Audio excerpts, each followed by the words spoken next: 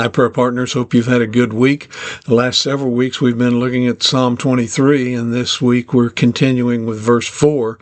Last week we looked at the first part of that David said, "Yea, though I walk through the valley of the shadow of death, I will fear no evil, for thou art with me, thy rod and thy staff, they comfort me."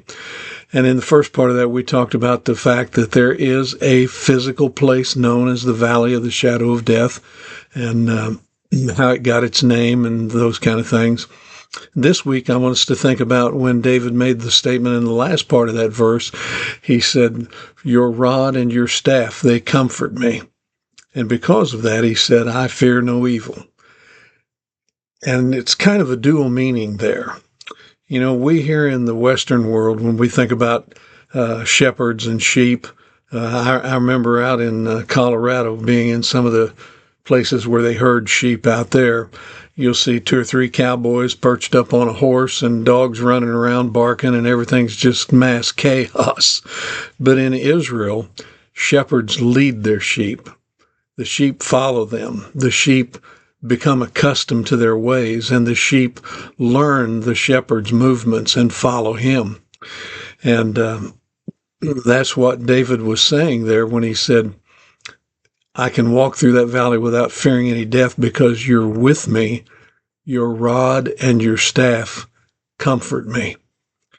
Now, again, there's a kind of a dual meaning there. That rod and staff, we've learned in Vacation Bible School and Sunday School that if a shepherd, a little lamb goes over the edge of a cliff or stuck down in a hole, he can take that long shepherd staff and reach down and pull that little lamb back to safety. And that's true. They do it. They use it for that purpose. But I think David had something else completely in mind here. Another use for that shepherd's staff was to correct and to instruct his sheep. In Luke chapter 15, Jesus was giving a parable, and in verse 4 he says, "What man of you, having 100 sheep, if he loses one of them, does he not leave the 99 in the wilderness and go after that which is lost till he finds it?" And then comes a strange statement. He said, "And when he has found it, he lays it on his shoulders, rejoicing.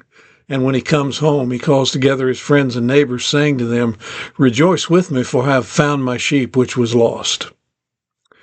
Now think about that statement just for a minute. If you were a shepherd, and in Israel, like I said, shepherds lead their sheep. You've been out all day long since sunup. You've looked for grassy places for them to get something to eat. You've had to find still water for them to get something to drink. You've traipsed all over the countryside all day long. You've had to protect your sheep and provide for them. And now the end of the day has come, and it's time to get some rest. And you, as the shepherd, begin to count your sheep. And Jesus said there, if you have 100 and one of them's missing, so you're out there and you're counting 97, 98, 99, where's that other little lamb? And now, after a long day of walking all day long, you got to go back and trace your steps and find that one little old lamb that didn't pay attention, that wasn't concerned about the other sheep, who wasn't watching the shepherd, who wasn't obeying or minding what the shepherd told him to do. You got to go find him and then bring him back to the fold. And when that shepherd goes out and finally tracks that little lamb down, does that statement sound a little odd to you? It says that he lays it on his shoulders and brings it back. I don't know about you, but if I'd have been that shepherd, and I had to go back and, instead of getting to lay down and rest, had to go back and find that little rebellious lamb. When I finally found him, I'd have grabbed him by the ear and just drug him along and said, "Come on, you're going back with the other sheep." I'm not going to pick him up and carry him. I'm tired. I've had a hard day. I don't want to have to carry him too. But what did that mean when Jesus said, laid it on his shoulders? Well, that shepherd's staff David talks about in Psalm 23:4, it had another purpose. When that shepherd had to go find that lost lamb, when he finally finds it, He takes that long shepherd's staff with that hook on the end of it, reaches out, hooks the back leg of that little lamb, gives it a quick snap, and breaks that little lamb's leg. And then he puts it on his shoulders and carries it everywhere he goes until that lamb's leg is mended. And when the leg is well, he puts it back in the fold with the other lambs. And that process is repeated time and again until that little lamb finally learns, don't wander away from the fold. There is safety in being around the other sheep. Don't get away from the shepherd. Pay attention to the shepherd's voice. Listen to the shepherd's voice. Listen for the shepherd's voice and know which voice is his. You see, what David was getting at, and he said, your rod and your staff, they give me comfort. And what David was getting at, he was a shepherd boy. He knew all of this.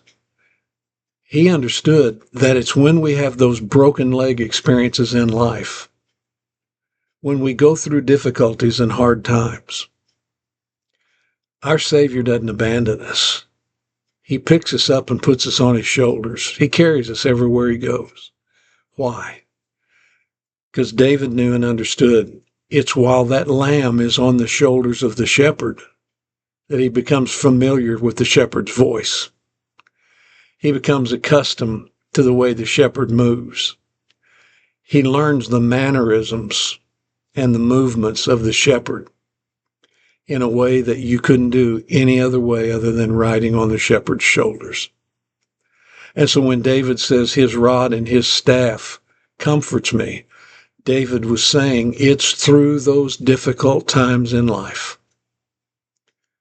when I have experienced the Lord's correction, when I've gone through difficulties, when God allows hard times to come into my life, I've learned. Remember now, David's an old man. He's looking back and writing the 23rd Psalm.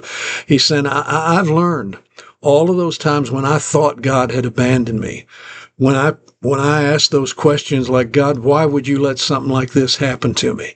He said, I've learned over time, even when I go through a broken leg experience, it has a purpose. There is a reason. And it's during those times I draw closer to the shepherd than I've ever been. I become accustomed to his voice. I learn his mannerisms and his movements. It's through those difficult times when I really get to know the shepherd.